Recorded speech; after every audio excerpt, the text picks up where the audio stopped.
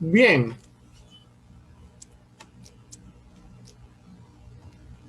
buenas noches, bienvenidos a Campus Gracia Urbana, el Ministerio de Educación de nuestra iglesia. Y bueno, vamos a hablar el día de hoy un tema bastante importante y es la justificación. ¿Qué es la doctrina de la justificación? ¿Qué es? ¿Qué es lo que hace?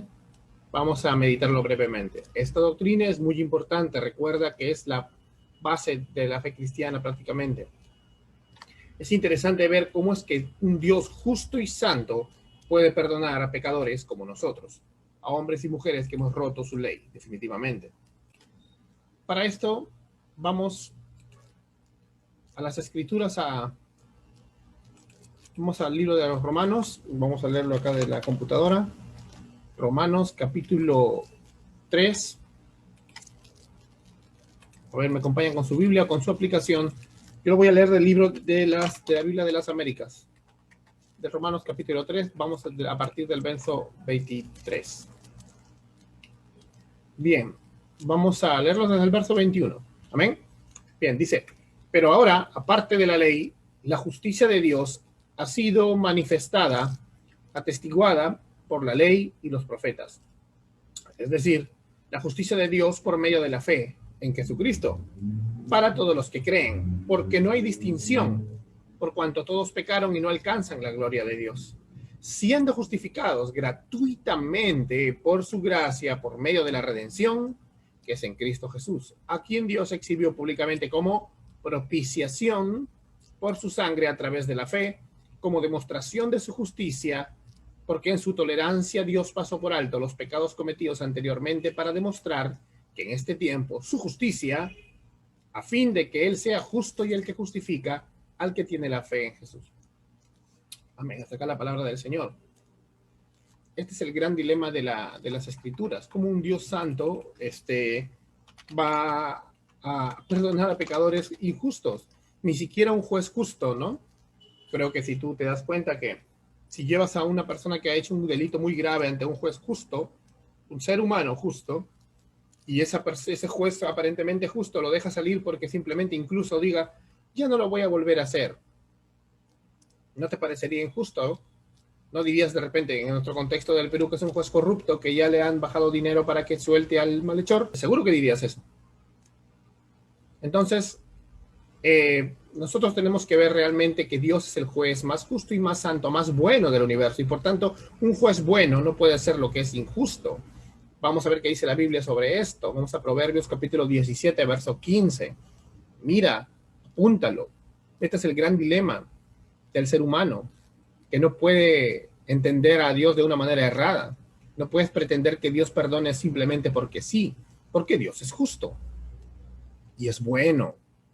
Y alguien bueno no permite que salgan los delincuentes, ¿no? Porque hay una ley moral y hay una ley escrita, y en esa ley hay un castigo para el que hace el mal, que es lo justo, ¿no? Una retribución justa a su maldad. Sin embargo, nosotros queremos a veces que pasemos piola. Bueno, como decimos en el Perú. Bien, dice así, el que justifica al impío y el que condena al justo, ambos son igualmente abominación al Señor. Es decir, que si alguien justifica al delincuente y lo deja salir, simplemente nada más, para Dios es abominación. Como vemos, este tipo de cosas no deben pasar. Ahora, por eso este tipo de palabras como justificación, amado hermano, tienen que saber en tu iglesia. No es cosa de los teólogos o solamente el pastor debe saber. No, todos los cristianos deben saber, porque eso está en la Biblia. Todos los cristianos deben saber qué es justificación, qué es regeneración. Todos los cristianos tienen que saber qué es regeneración, que es decir, nuevo nacimiento. Todos los cristianos tienen que saber qué es redención, porque a veces la palabra la dicen, pero no saben qué es. No, esos términos son teológicos. Dicen, no, no son términos teológicos, acabamos de leerlo en la Biblia. Es un término teológico, pero no solamente para los académicos. Es un término teológico para todos los miembros de una iglesia local, para todos los nacidos de nuevo, para todos los cristianos. Entonces, redención, que es la compra, que es una compra, es un rescate. Él nos ha rescatado, Él nos ha redimido, Él nos ha comprado con su sangre del mercado del pecado. Eso debes saberlo. ¿Qué es santificación. Cumplir las reglas que el pastor me dice. No es eso. Tú puedes cumplir todas las reglas que te diga la denominación del pastor y no te estás santificando. Santificación tiene 3 aspectos. Primero, eres santo. Tú eres un santo, como ves en la Biblia, los santos no son escogidos al dedo por una institución gigante. Tú eres santo porque has sido separado con Dios. Dios te salvó y en ese momento te separó para Él. Tú eres uno de los santos, por eso la comunidad de los santos es la iglesia. Todos los que han nacido de nuevo son los santos. Dos, eres santificado en el sentido de que tu pecado está siendo mortificado todos los días hasta el último día que vivas. Eso se llama la mortificación del pecado y esto es la santificación. Te vas conformando más a Cristo. Para eso te escogió el Señor, como dice Romanos 8:29, para conformarte a la imagen de Cristo. Y esa es una santificación progresiva.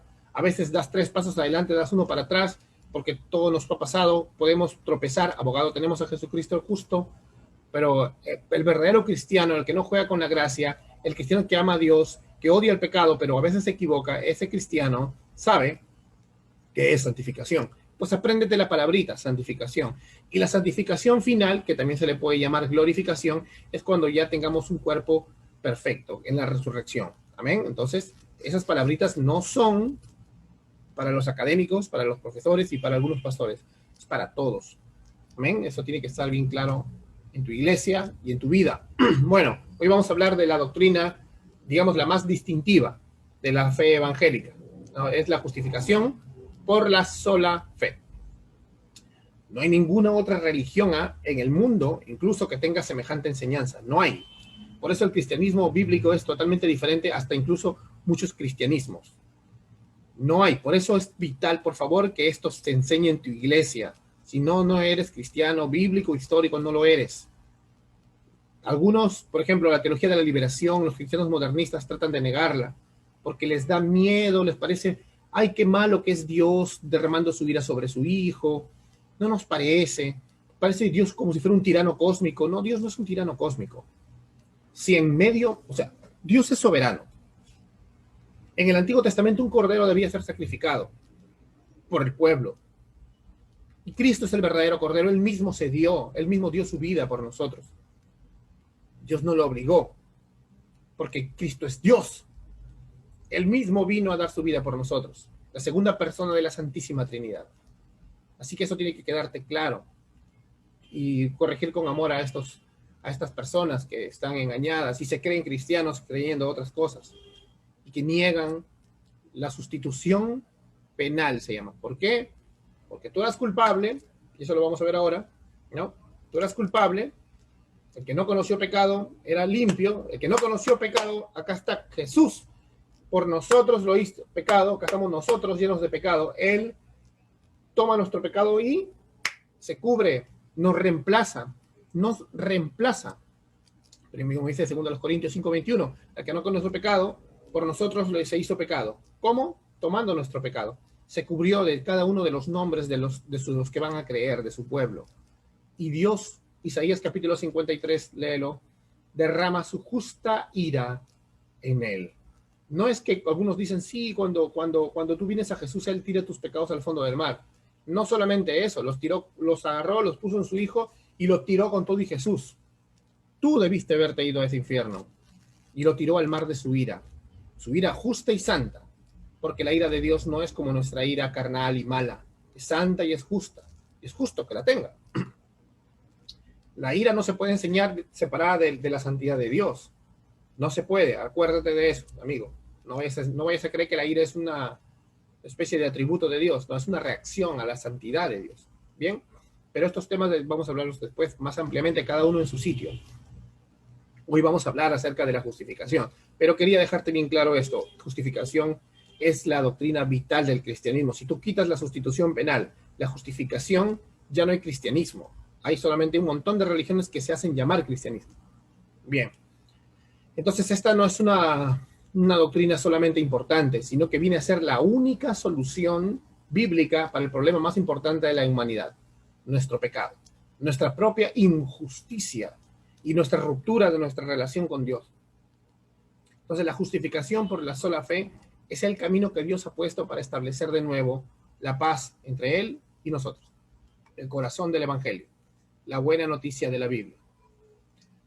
A pesar entonces, como te digo, de mucha importancia ahora, hablando ya de hermanos en la fe, hermanos piadosos, muchos evangélicos no han sido capaces de enseñar claramente esta doctrina. Y hoy día vamos a ver una sencilla explicación para que de repente podamos ayudar en algo. Primero, vamos a empezar con la definición. La palabra justificar. En el lenguaje cotidiano usamos esta palabra muchas veces para hablar de cómo nosotros nos defendemos, ¿no? Te estás justificando, ¿no? O sea, me están acusando de algo, digo, pero yo no he sido, ¿no? Y presento evidencias y argumentos y coartadas acerca de mi inocencia, ¿no? Oye, pero de repente tú te robaste esto. No, porque yo estaba en el baño, ¿no? Yo no estaba ahí. A ver, mira las cámaras para que vean que yo no he sido, ¿no? Cuando me justifico me declaro yo mismo justo o inocente. No, así usamos esta palabra casi todos los días. Entonces, ¿quién botó el agua? No, yo me había ido a la tienda. Pregúntale a la señora de la tienda. Yo me había ido a comprar, así que debe haber sido mi hermano, o el gato, o el perro, ¿no? Bueno, esa es la forma en que nosotros entendemos justificarse. Pero en la Biblia se usa de otra manera, se usa desde un término legal. Entonces, en nuestras versiones en castellano, por ejemplo, aparece la palabra justificar, justificación, justificar especialmente, y una palabra griega. Esta palabra es dikaio, que muchas veces hace referencia no a una declaración de alguien a sí mismo, ¿no? Cuando yo me quiero justificar, sino de una declaración divina hacia un humano. O sea, que alguien nos declara justos, no que yo mismo me justifico o me trato de declarar justo. Vamos a Romanos capítulo 5, que está la cita, verso 1, dice, por tanto, habiendo sido justificados por la fe, tenemos paz para con Dios por medio de nuestro Señor Jesucristo. En este texto y en otros, el verbo se usa de forma pasiva, quiere decir que la acción recae sobre el sujeto. Yo no la hago, me hacen a mí. Cuando el texto dice justificados o habiendo sido justificados, significa que no nos justificamos a nosotros mismos, sino que es Dios quien nos justifica, hermanos. Cuando Dios justifica, Él declara que una persona es justa.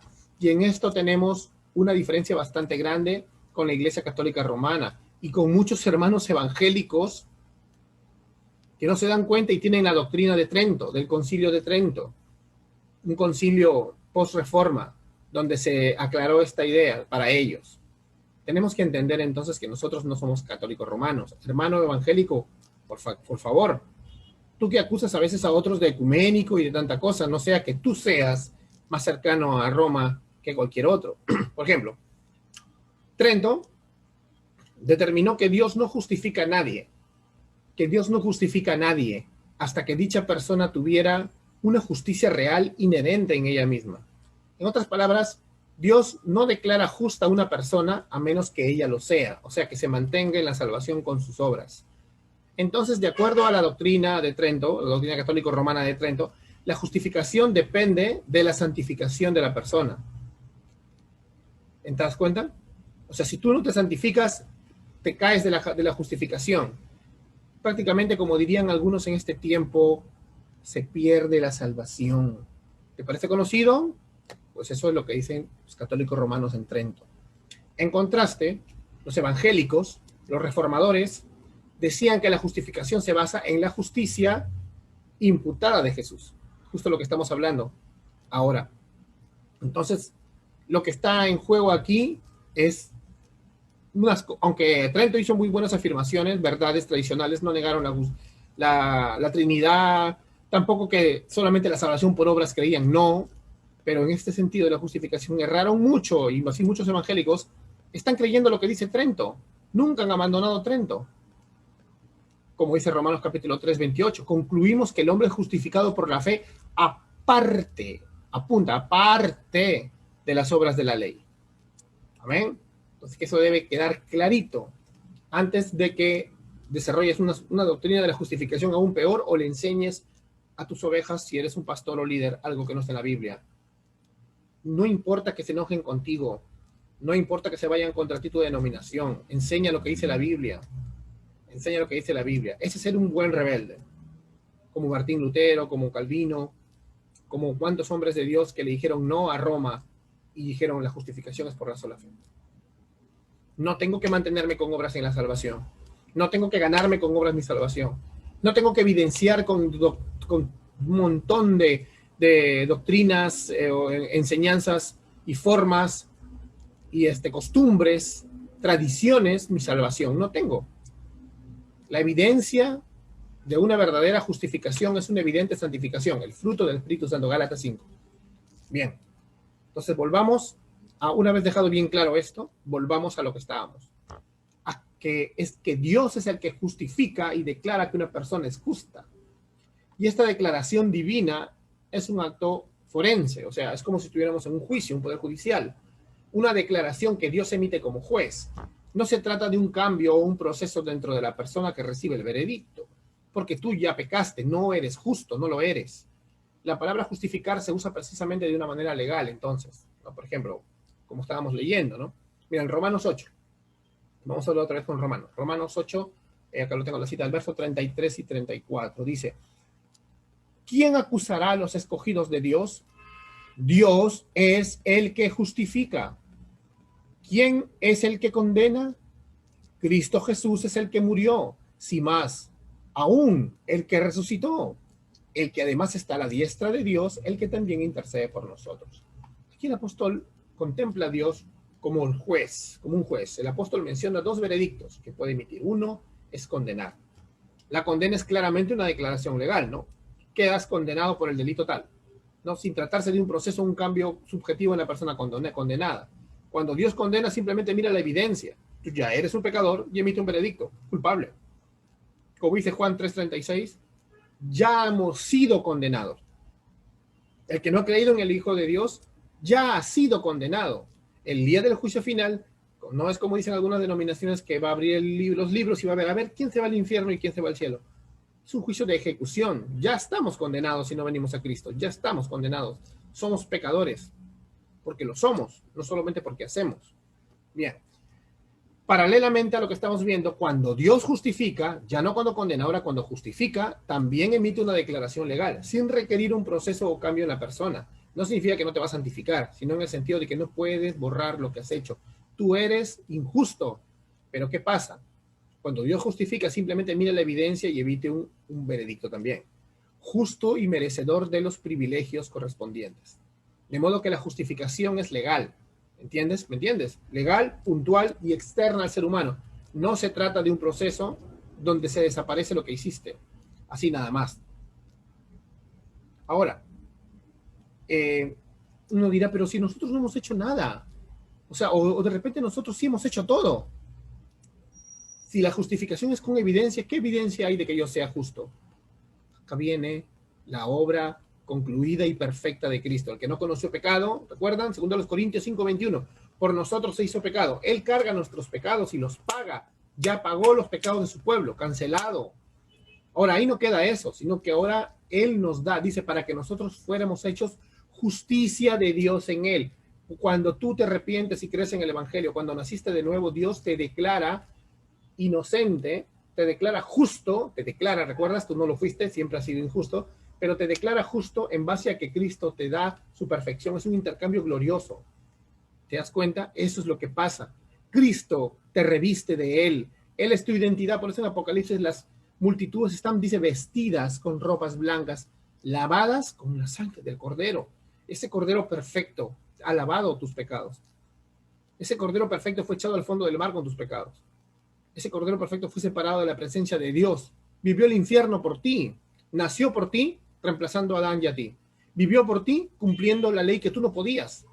Y finalmente murió por ti, si eres un creyente, cargando tus pecados.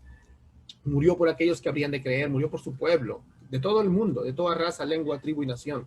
Apocalipsis 7, 9 y 5, 9. ¿Para qué? Para que todo el que aquel venga no se pierda, mas tenga vida eterna. Ahí Juan 3:16 recién tiene sentido. ¿Te das cuenta? ¿Te das cuenta? Entonces, eso es lo que pasa. Por eso es que te justifica y te declara justo, porque ahora tienes otra identidad. Cuando Dios te ve, si tú has creído en el Evangelio, cuando Dios te ve, ya no te ve a ti con todas las cosas que no puedes borrar, sino que ve la perfección de su Hijo.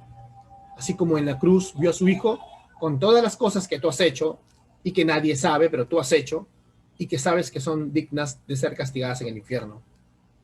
pero Cristo las absorbió pagando en 3 horas, porque Él era hombre, como debería ser un Adán, pero también era Dios, y al ser un ser eterno, en esas 3 horas en la cruz, absorbió la ira de Dios eternamente. Él fue el verdadero Cordero, y una vez y para siempre, como Él mismo dijo, consumado es. Amén. Ahora, entonces, viendo esto, ¿a quién está justificando Dios? ¿No? No esa gente buena. No esa gente buena. Y entonces ya vimos, Dios es un juez omnisciente. Él sabría quién es bueno y quién no lo es, pero nosotros mismos sabemos por la Biblia y por la evidencia que ninguno lo es. Y la Biblia misma lo dice en Romanos capítulo 3, ¿no? La realidad del ser humano. Romanos capítulo 3 del 10 al 12, citando el Salmo 14. Acá viene un error de algunos hermanos, ¿no? Que creen que la predestinación está basada en lo que Dios vio en el futuro. Pero si Dios tenía que estar viendo el futuro algo, significa de que ya no es Dios. Porque Dios todo lo sabe. Porque Él lo ha determinado todo. Dios al determinarlo sabe quién es quién y quién no lo es. Pero partiendo del absurdo de creer que, a ver, supongamos que Dios tuviera que mirar al futuro para ver quién va a salvar, ¿a cuánto salvaría?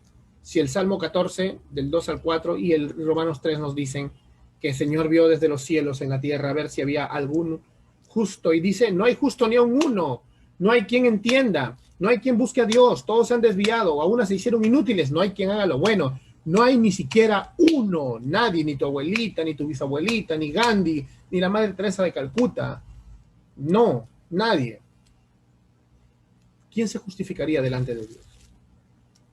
Y según la teoría de nuestros hermanos, que son de una rama llamada arminianismo, ¿a cuántos escogería Dios si tuviera que ver en su presciencia al futuro? ¿A cuántos escogería? A nadie. Por tanto, como dice Efesios, la elección es una predestinación de amor sin condiciones, ya que no puso condiciones, porque ¿quién las podría cumplir? No hay ni un justo. Bueno, entonces la realidad del ser humano es esa, ¿ves? El ser humano es injusto. El ser humano es malo. El ser humano no podía salvarse por nada. Entonces, ¿qué es lo que hace Dios para que su veredicto no sea injusto? ¿No? Si no puede Dios perdonar a unos injustos, ya vimos, ¿no? Entonces, segundo los Corintios 5:21, como te expliqué, ahora es más claro que nunca, ¿no? Esa gracia de Jesús, es gracias a Cristo que Dios justifica al impío. Y esto es así porque Jesús obedece y muere en lugar del pecador. Jesús era perfectamente justo. Si ha habido alguien en la historia que no mereció morir, esa persona fue Jesús. En él no había pecado. Por eso dice, al que no conoció pecado. No obstante, Dios le trató como tú. Lo trató como a ti te debe tratar, como un pecador. Por eso dice, lo hizo pecado, porque él cargó los pecados, dice Isaías 53. Él llevó los pecados de su pueblo. Así que Dios puede justificar ahora. Ya no es injusto que Dios te perdone, ¿ves? Porque dice para que fuéramos hechos justicia de Dios en él. Ahora Él es el justo y el que justifica. Ahora Dios puede justificarte y satisfacer su justicia al mismo tiempo. Porque en Cristo ya está satisfecha la justicia de Dios. Él ya absorbió ese castigo y Él ya puede perdonarte. Ya no es injusto que te perdone, ya alguien pagó la fianza. Entonces Dios trata a Jesús como impío, o sea, como alguien sin fe. Dios trata a Jesús como a ti, porque tú eres el pecador, cuando muere Cristo en la cruz, y trata al impío como Jesús se merece ser tratado, cuando le son otorgadas todas las bendiciones de la vida eterna al pecador. Ahora sí puedes decir que este es un intercambio glorioso, ¿verdad? Esa es la doctrina de la justificación. ¿Te están enseñando así? Bien, así debe ser. Este intercambio entre el creyente y Cristo se conoce como imputación, o sea, Dios declara culpable a Cristo y lo castiga, y Dios declara justo al creyente y lo salva, y lo viste de Cristo. Dios le atribuye la culpa de nuestro pecado a Cristo y Él sufre las consecuencias de ella en la cruz. Él se hizo pecado, no pecador. Por otro lado, Dios confiere la justicia de Cristo a nosotros y nos considera los méritos de Cristo como si fueran nuestros. O sea, nos declara legalmente justos, herederos que no merecían nada. Dios realiza una transferencia doble. Nuestro pecado se transfiere a Cristo y la justicia de Cristo se transfiere a nosotros. Cristo la absorbe y la paga y muere por esos pecados. O sea, ya no existen más. No se quedó como pecador Cristo, ya la pagó, lo absorbió. No necesitó un infierno, porque aunque el pecado es un pecado eterno y el infierno es eterno, porque si alguien no paga tu pecado, tú lo tienes que pagar y nunca lo vas a poder lograr en una eternidad. Cristo es Dios y al ser un ser eterno, Él puede pagar pecados eternamente. De modo que Dios justifica a los que no creían, no con base en su justicia propia. Para terminar, entonces, con base en la justicia de Cristo. Les justifica no por lo que hacen, sino por lo que Jesús hizo. La salvación es por obra, pero por obra de Cristo, por la obra de Él, porque alguien tenía que lograr esos estándares. Nosotros no podíamos, estábamos caídos. ¿Te das cuenta? Porque Jesús, ¿qué es lo que merece Jesús? Jesús obedeció perfectamente y con consecuencia todas las bendiciones celestiales eran para Él. Jesús obedeció todo, Jesús hizo las cosas perfectamente. Él es Dios y lo hizo todo a la perfección. Y Jesús comparte entonces ahora, para los que están en Él, ese estatus con muchas personas. ¿Te das cuenta? Ahora Jesús comparte con nosotros ese estatus. Nosotros tenemos que darle gracias a Dios por eso. Como dice Romanos capítulo 4, verso 23 al 25, dice, y no solo por él fue escrito que le fue contada, hablando de Abraham y la fe, sino también por nosotros, dice, a quienes será contada, a nosotros nos será contada, como a todos los que creen en aquel que se levantó de los muertos, a Jesús, nuestro Señor, que fue entregado por causa de nuestras transgresiones. O sea, todos los merecimientos y las declaraciones que Jesús y las bendiciones que Jesús merece y que Él es digno de todas ellas, ahora nosotros las tenemos. Como dice Efesios capítulo 1, verso 3, dice, estamos sentados en los lugares celestiales en Cristo, porque ahora estamos en Él. En Él estamos. Primero los Corintios capítulo 12, verso 13 dice que somos todos sumergidos en un cuerpo, o sea, bautizados, somos sumergidos en un cuerpo, somos incluidos en un cuerpo, el cuerpo de Cristo. Y en Él estamos, y en Él nos movemos, y de Él somos. Entonces, ahora, Él es nuestra justificación, Él es nuestra santificación, y Él es nuestra futura glorificación, como dice en 1 Corintios capítulo 1, el verso 30, dice, pero por obra suya están ustedes incluidos, ¿ves? Están ustedes en Cristo Jesús, el cual se hizo para nosotros sabiduría de Dios, justificación, santificación y redención. Hermano, cuando te mires al espejo, decía el pastor Samuel Pérez Míos, en el cielo vas a ver un Jesús. Es una metáfora chistosa, pero así va a ser.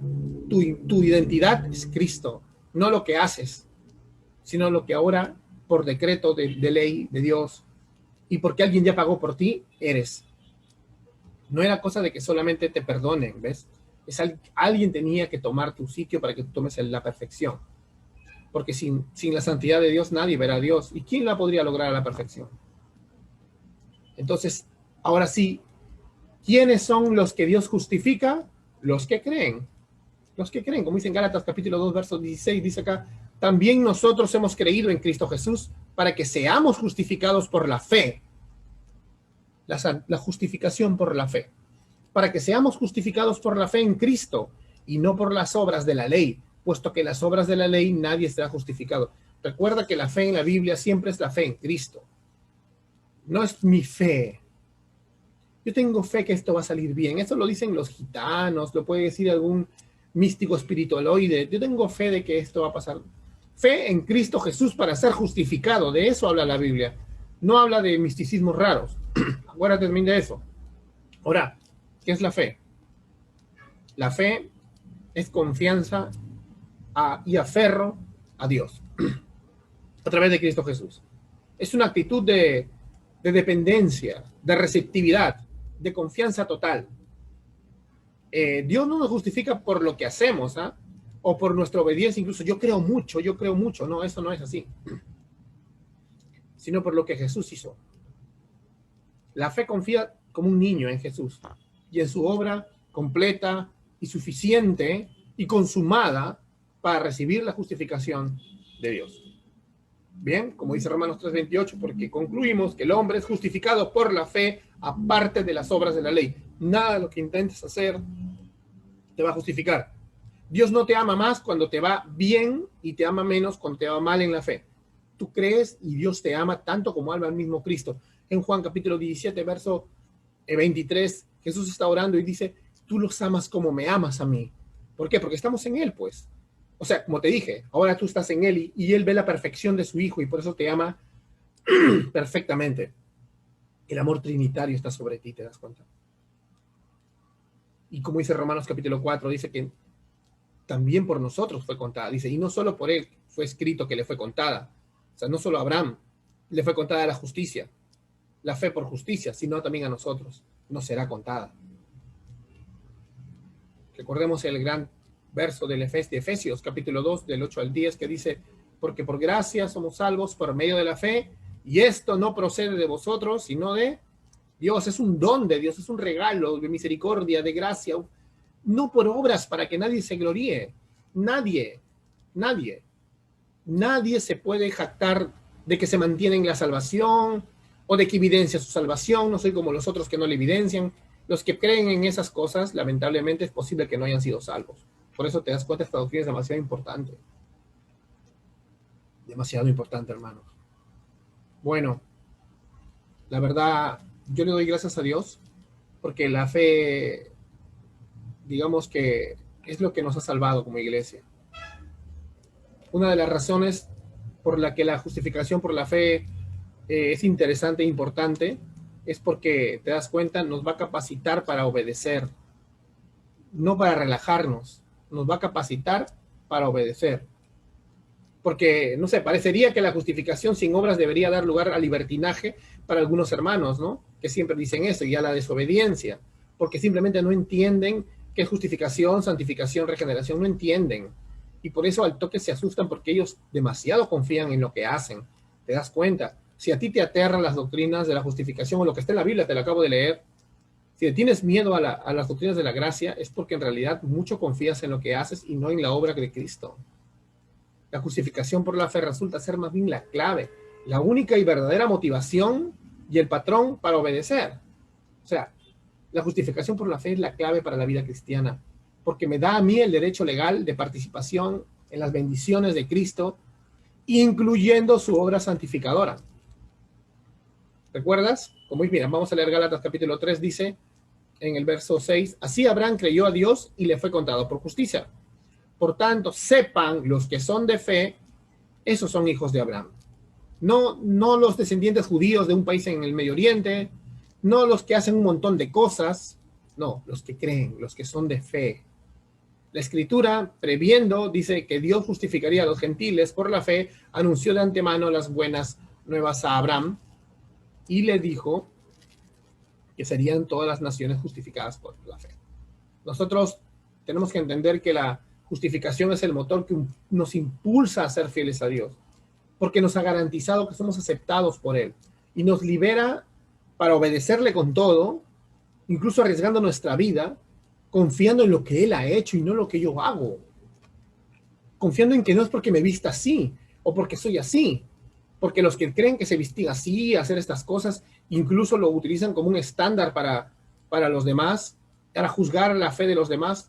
Ya sabes que dice Gálatas a los judaizantes que les dijo, anatema.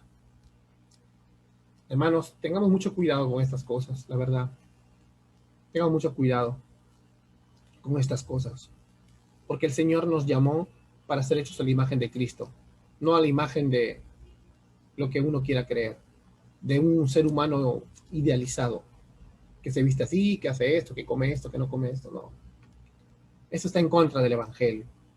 Te pareces mucho a Trento y a los católicos cuando crees en eso.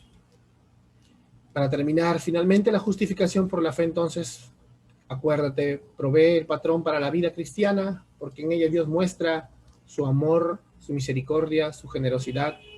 No hay amor más grande que entender la sustitución penal, la justificación por la fe. Y no hay herejía más grande que negar esta doctrina, porque destruyes todo el cristianismo. Negar la doctrina de que Dios derrama su ira sobre su Hijo y no sobre nosotros. Qué gran amor realmente muestra Dios. Porque Él sabía que ninguno de nosotros podía cumplirlo y por eso la segunda persona de la Santísima Trinidad vino a nacer por nosotros, a vivir cumpliendo la ley por nosotros y luego cargar nuestros pecados. Gloria a Dios, en serio, por esta doctrina. Gloria al Señor por esta doctrina. Enséñale con amor a aquellos que oscurecidos se hacen llamar cristianos y representantes de Dios, pero que no predican el verdadero evangelio, y la verdadera justificación que salva, porque no tienen salvación, pero ten misericordia de ellos, porque en el pasado tal vez éramos igual o hasta peor. Bueno, que Dios los bendiga y nos vemos en la próxima clase.